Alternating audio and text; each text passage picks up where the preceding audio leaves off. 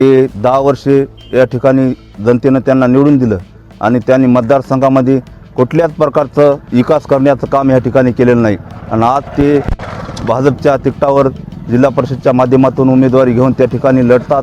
त्यांना जनतेला मतदान मागायचा सुद्धा अधिकार नाही, कारण तो जनतेमध्ये कधीच आले नाही. 10 वर्षापासून एकदा निवडून यायचं आणि 5 वर्ष तिकडेच गायब व्हायचं असं त्या नेत्यांनी काम केलेलं आहे. मी 2012मध्ये पंचायत समिती सदस्य होतो.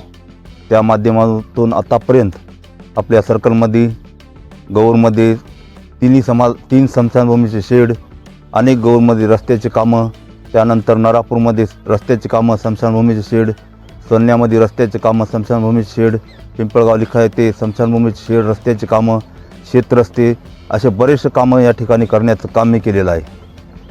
बरं, एक प्रश्न आहे. आपण कायम पक्षाची निष्ठा केलेली आहे, त्यामुळे त्याचं नेमकं काय कारण काय म्हणतो? कारण मी आतापर्यंत जो पक्षामध्ये आलो त्यानंतर पक्षातच आहे.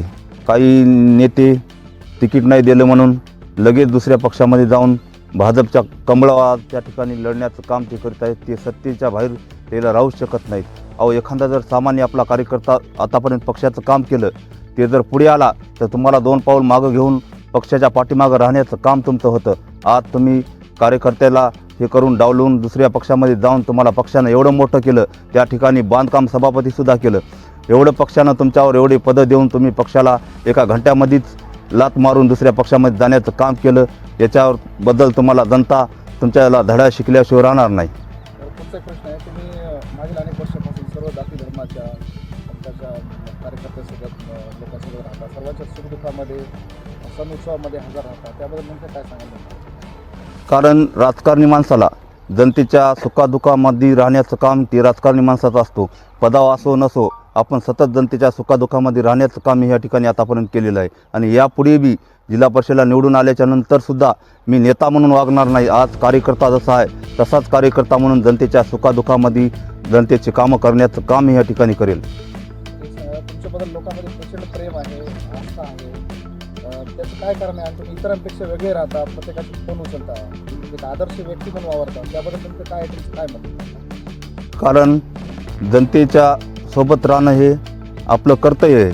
कारण जनतेची सेवा करण्यासाठीच मी आतापर्यंत जो राजकारणात आलो तसंच जनतेची सेवाच करीन आणि यापुढं सुद्धा जनतेची सेवा करण्याचं कामच मी या ठिकाणी करेल, दुसरं काहीच करणार नाही.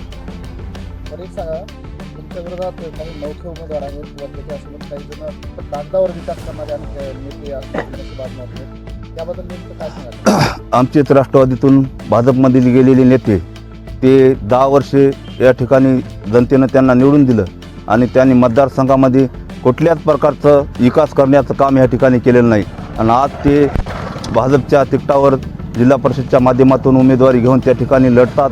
त्यांना जनतेला मतदान मागायचा सुद्धा अधिकार नाही, कारण तो जनतेमध्ये कधीच आले नाही. 10 वर्षापासून एकदा निवडून यायचं आणि 5 वर्ष तिकडेच गायब व्हायचं असं त्या नेत्यांनी काम केलेलं आहे. त्याच्यामुळं त्यांच्या पाठीमागं यावेळेस जनता नाही, माझ्या पाठीमागं सर्वसामान्य जनता असल्यामुळं मी जनतेच्या जीवावर या ठिकाणी जिल्हा परिषदेला उतरलो आहे आणि नक्कीच जनता मला या ठिकाणी निवडून देण्याचं काम 100% करेल. जनता हुशार आहे. जनता एक निलेश लंकेसारखा सामान्य माणूस जो मंत्र्याच्या राधाकृष्ण विखे पाटील मंत्री होते आणि त्यांचा मुलगा त्यांच्या विरोधात होता, त्या ठिकाणी त्यानं करोडो रुपये खर्चले आणि जनतेनं त्या ठिकाणी एक सामान्य निलेश लंकेसारख्या माणसाला निवडून दिलं. आज बी मतदारसंघामध्ये समोरचा माणूस पैशाच्या जीवावर जनतेला विकत घेतो म्हणतोय आणि त्या ठिकाणी सुद्धा आपल्या सर्कलमध्ये जनता माझ्यासारख्या एक सामान्य कार्यकर्त्यालाच निवडून देण्याचं काम या ठिकाणी 100% करेल.